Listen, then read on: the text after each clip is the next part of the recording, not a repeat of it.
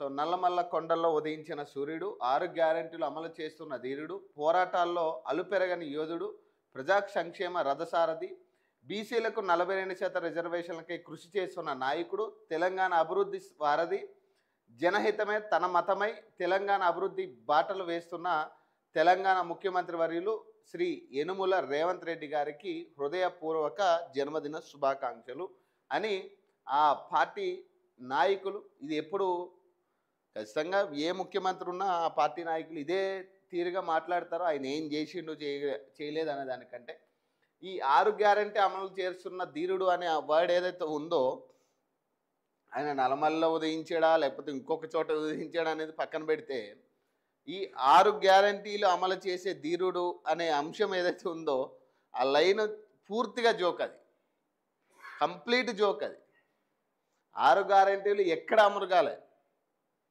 పూర్తి 6 గ్యారెంటీలు ఎక్కడ అమలు కాలే. ఇంకా రైతులు ఎదురు చూస్తూ ఉన్నారు, మహిళలు ఎదురు చూస్తూ ఉన్నారు, అవ్వాతాతలు ఎదురు చూస్తూ ఉన్నారు పింఛన్ కోసం. మరి ఏ రకంగా 6 గ్యారెంటీలు అమలైనవి అనేది ఆ నాయకులు చెప్పాలి, లేదా మీ నాయకుడినైనా చెప్పమనండి. ముఖ్యమంత్రి రేవంత్ రెడ్డి గారు ప్రెస్ మీట్ పెట్టిన ప్రతిసారి ప్రతిపక్షాల అంశాలు మాట్లాడడానికి టైం ఉంటుంది, కానీ జన సమస్యల గురించి మాట్లాడి జన సమస్యలకి పరిష్కారం చెప్పే ప్రయత్నం అయితే ఎక్కడా చేయట్లేదు. నిన్న అందరు మంత్రులు ఎంపీలు అందరూ కలిసి ఒక ప్రెస్ మీట్ పెట్టడం జరిగింది ముఖ్యమంత్రి గారి సారథ్యంలో. ముఖ్యమంత్రి గారు అక్కడ మాట్లాడుతూ మళ్ళీ అదే ప్రతిపక్షాలను విమర్శించే ప్రయత్నమే తప్పితే, సార్ మాకు చిరాకు వస్తుంది సార్, యాస్టిక్ వస్తుంది, మీ స్పీచ్లు మీ ప్రెస్ మీట్లు చూస్తుంటే మాకు విరక్తి పుడుతుంది. ఎందుకు అంటే కనీసం ఎక్కడా కూడా ప్రజా సమస్యల గురించి అక్కడ అడ్రస్ చేయట్లే. మీరు ఎంతసేపు కేసీఆర్ లేదా కేటీఆర్, లేదంటే హరీష్ రావు, లేదా కిషన్ రెడ్డి, బండి సంజయ్, ఇదేనా ఎంతసేపు? మన సమస్యలు చాలా ఉన్నాయి సార్, మన ప్రజా సమస్యలు చాలా ఉన్నాయి, చాలా చెప్పుకోవాలని చూస్తున్నారు ప్రజలు. మీకు చాలా సమస్యలు మీ దృష్టికి వస్తున్నాయో లేవో తెలియక ప్రజలు మీకు చెప్పుకోవాలని చూస్తున్నారు. 6 గ్యారెంటీల విషయంలోనే చాలామంది మిమ్మల్ని ప్రశ్నించడానికి సిద్ధంగా ఉన్నారు. ఇంకా స్టూడెంట్స్ మా స్కూటీల పరిస్థితి ఏందని వాళ్ళు క్వశ్చన్ చేయడానికి రెడీగా ఉన్నారు. ఫీజు రియంబర్స్మెంట్ బకాయిలు ఎప్పుడు తీరుస్తారని విద్యార్థులు అడగడానికి రెడీగా ఉన్నారు.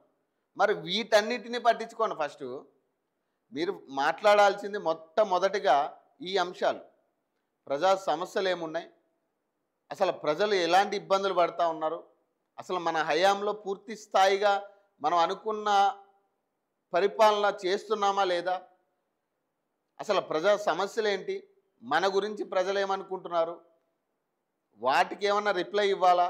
ఒక ప్రెస్ మీట్ ముఖ్యమంత్రి పెడుతున్నాడంటే అసలు వాస్తవంగా ఎట్లుండాలి, అసలు ఈయన ఏం కొత్త హామీలు ఇవ్వబోతున్నాడు, లేదా ఏదన్నా హామీ గురించి ఈయన ఏమన్నా మాట్లాడబోతా ఉన్నారా, ఏదన్నా స్కీములు అమలు కాబోతున్నాయా, ఏమైనా స్కీముల గురించి చెప్తారా అనే దానికి కాడి నుంచి ఈరోజు కేసీఆర్ని ఏం తిడతాడో, కేటీఆర్ని ఏం తిడతాడో, హరీష్ రావుని ఏం తిడతాడో, లేకపోతే బండి సంజయ్ని ఏం తిడతాడో, కిషన్ రెడ్డిని ఏం తిడతాడో, వీటి కోసం మీ ప్రెస్ మీట్లు ప్రధానంగా అవుతున్నాయి. మెయిన్గా ప్రెస్ మీట్లలో వీళ్ళను తిట్టడానికే మనకు టైం సరిపోవట్లే, ప్రజా సమస్యల గురించి మాట్లాడడానికి ఇక టైం ఉండదు. కాదు, గంటన్నర ప్రెస్ మీటు స్పీచ్లు ఇస్తుంటే గంటన్నరలో కూడా ఎక్కడా కూడా అభివృద్ధి సంక్షేమ పథకాల గురించి మాట్లాడట్లే.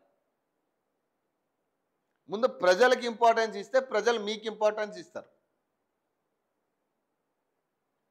42% రిజర్వేషన్లకే కృషి చేస్తున్న నాయకుడు అన్నారు. నిన్న పాత పద్ధతిలోనే మేము ఎలక్షన్కి వెళ్ళబోతున్నాం, అదే 50% మేము ఎలక్షన్కి వెళ్ళబోతున్నామని ఒక స్టేట్మెంట్ బయటకు వచ్చింది. మరి ఇక 42% కోసం ఎక్కడ కృషి చేసినట్టుగా, మళ్ళీ అదే 23% బీసీలకి అనగదొక్కే ప్రయత్నం మీరు చేస్తున్నప్పుడు మళ్ళీ ఇక 42% కృషి ఎక్కడ జరిగినట్టుగా రాయొచ్చు, మరీ బూతులు రాయొద్దు. ఇప్పుడు మీ నాయకుడికి జన్మదిన శుభాకాంక్షలు తెలుపుతూ మీరు ఎన్నైనా చేసుకోవచ్చు, కానీ ఉన్నాయి లేనివి ప్రజల్ని మభ్యపెట్టే ప్రయత్నంగా మీరు ఎప్పుడు యాడ్లు ఇవ్వద్దు.